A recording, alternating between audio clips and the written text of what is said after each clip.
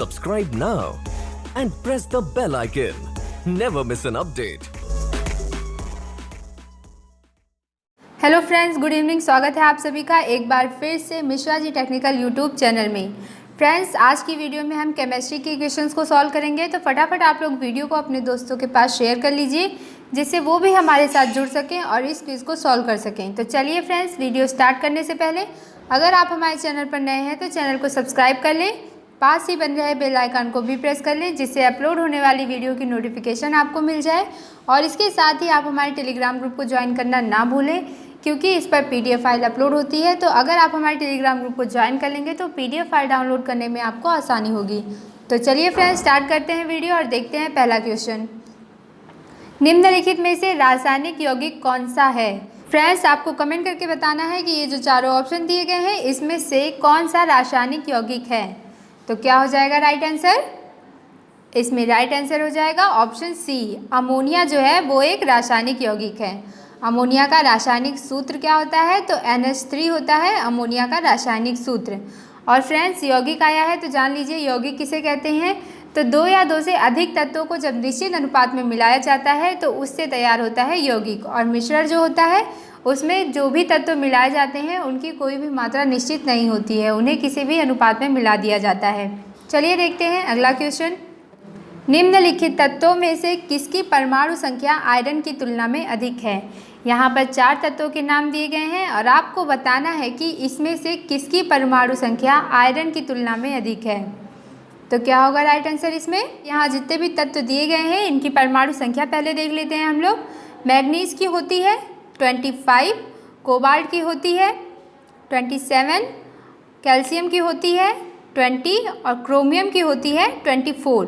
और आयरन की कितनी होती है? आयरन की होती है 26। तो इसमें सबसे ज़्यादा आपको किसका दिख रहा है? कोबाल्ट का। कोबाल्ट का, यानी कि आयरन से जिसकी परमाणु संख्या ज़्यादा होगी वो है कोबाल्ट। ऑप्शन बी आपका सही होगा। चलिए देखते हैं नेक्स्ट क्वेश्चन। नेक्स्ट है, हाइड्रोजन के रेडियो सक्रिय समस्थानिक को क्या कहते हैं? तो फ्रेंड्स, आप लोग जल्दी से कमेंट करके मुझे बताइए कि जो रेडियो सक्रिय समस्थानिक है हाइड्रोजन का उसको क्या कहते हैं। तो राइट आंसर हो जाएगा इसमें ऑप्शन सी, ट्राइटियम कहते हैं। ट्राइटियम या फिर टाइट्रान, ठीक है। इसके नाभिक में 1 प्रोटॉन होते हैं और 2 न्यूट्रॉन होते हैं। चलिए देखते हैं अगला क्वेश्चन। अगला है, रेडियो सक्रियता की परिघटना की खोज किसने की थी? तो फ्रेंड्स, जल्दी जल्दी कमेंट करके आप लोग बताइए कि रेडियो सक्रियता का जो परिघटना है उसकी खोज किसने की थी। तो इसमें राइट आंसर क्या हो जाएगा? ऑप्शन सी, हेनरी बेकेरेल ने की थी।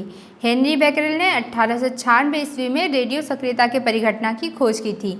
चलिए नेक्स्ट देखते हैं, किस प्रकार की अभिक्रिया से सबसे अधिक हानिकारक विकिरण पैदा होता है? तो आपको बताना है कि वह कौन सी अभिक्रिया है जिससे सबसे ज़्यादा हानिकारक विकिरण पैदा होता है।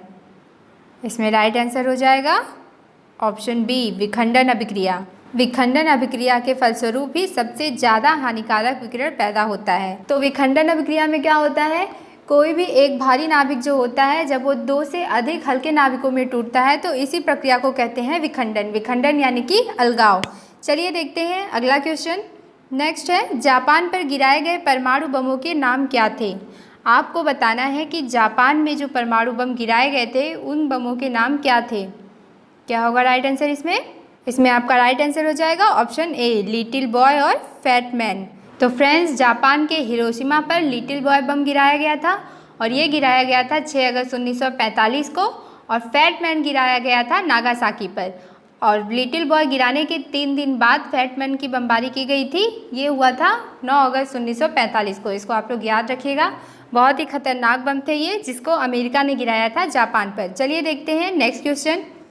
इसका ऑक्सीकरण अंक सदैव -1 होता है। आपको ऑप्शन दिए गए हैं नीचे और पूछा गया है कि इसमें से किसका ऑक्सीकरण संख्या जो है वो हमेशा -1 होती है। तो जल्दी जल्दी आप लोग कमेंट करिए और बताइए क्या है राइट आंसर। इसमें राइट आंसर हो जाएगा ऑप्शन ए, फ्लोरीन की ऑक्सीकरण संख्या हमेशा -1 होती है। अगला है, शक्कर के घोल में शक्कर 1 है। फ्रेंड्स, आपको कमेंट करके बताना है कि जब शक्कर और पानी का घोल बनाया जाता है तो उसमें शक्कर क्या होता है।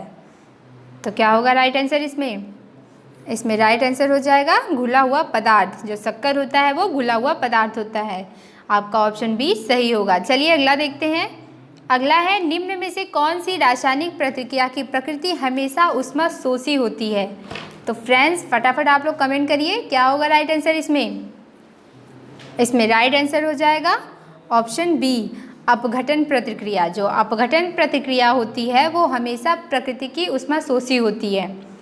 तो फ्रेंड्स अपघटन प्रक्रिया क्या होती है ये भी आपको पता होना चाहिए। तो ये एक रासायनिक क्रिया होती है, इसमें तत्व अलग अलग सूक्ष्म भागों में विभाजित हो जाते हैं। चलिए देखते हैं नेक्स्ट क्वेश्चन, निम्नलिखित में से कौन सा विकल्प जीवाश्म ईंधन नहीं है? तो बहुत ही इजी क्वेश्चन है, आपको साफ साफ दिख रहा है कि कोयला, तेल और पीट जो है ये जीवाश्म ईंधन है और जो बिजली है ये जीवाश्म ईंधन नहीं होती है, यानी कि ऑप्शन डी आपका सही होगा। नेक्स्ट देखते हैं, निम्नलिखित में से किसका प्रयोग नोदक या रॉकेटों में ईंधन के रूप में किया जा सकता है? तो आप लोग कमेंट करके बताइए कि क्या होगा इसमें राइट आंसर। इसमें राइट आंसर हो जाएगा आपका ऑप्शन डी, द्रव हाइड्रोजन और द्रव ऑक्सीजन, इसी का यूज़ किया जाता है रॉकेटों में ईंधन के रूप में।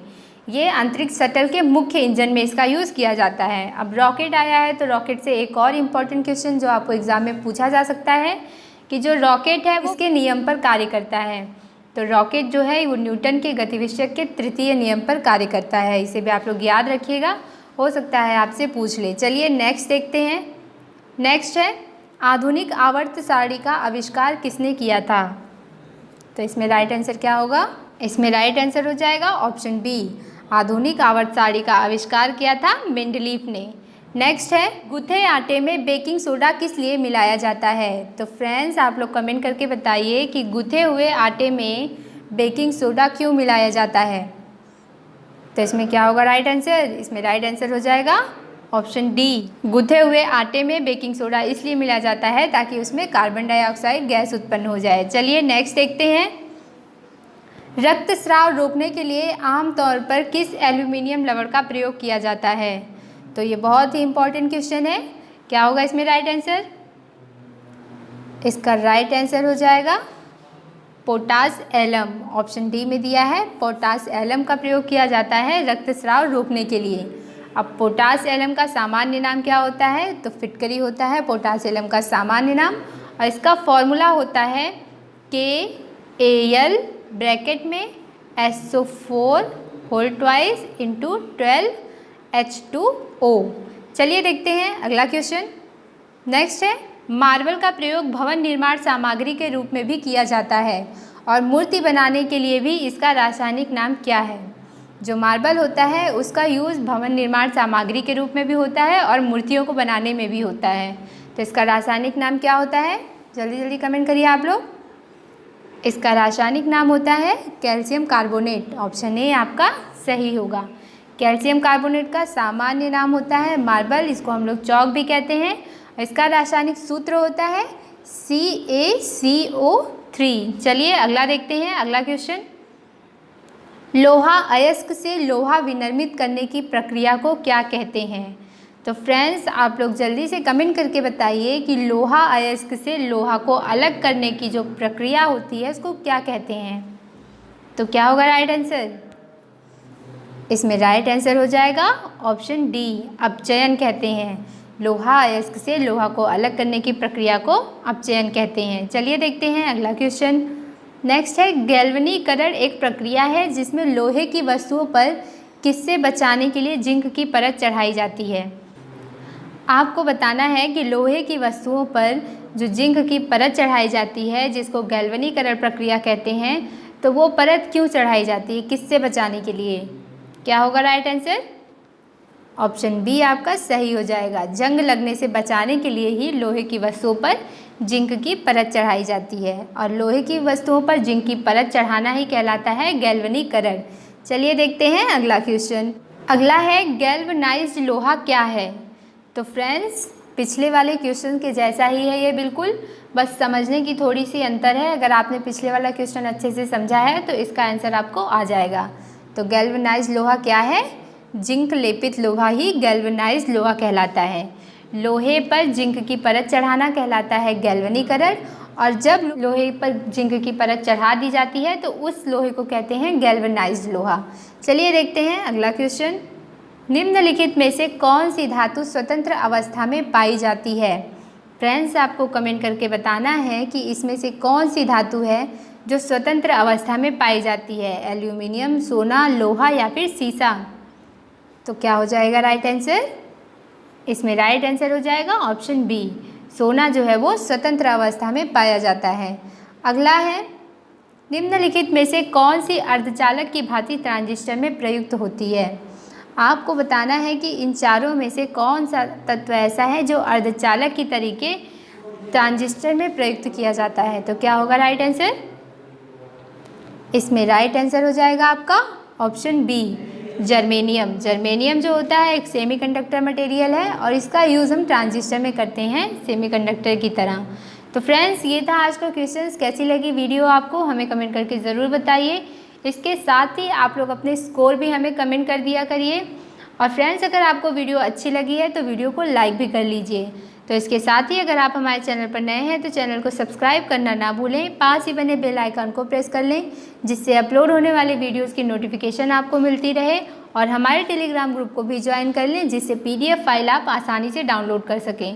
तो आज के लिए बस इतना ही। नेक्स्ट डे है सैटरडे और सैटरडे को हम सॉल्व करते हैं बायोलॉजी के क्विज़। तो आप लोग थोड़ा सा टाइम निकाल कर बायो ज़रूर पढ़िएगा। तो ठीक है फ्रेंड्स, आज के लिए बस इतना ही। नेक्स्ट डे फिर मिलेंगे। तब तक आप लोग अपना ख्याल रखिए और मन लगाकर पढ़ते रहिए। Bye bye and take care. Subscribe now and press the bell icon. Never miss an update.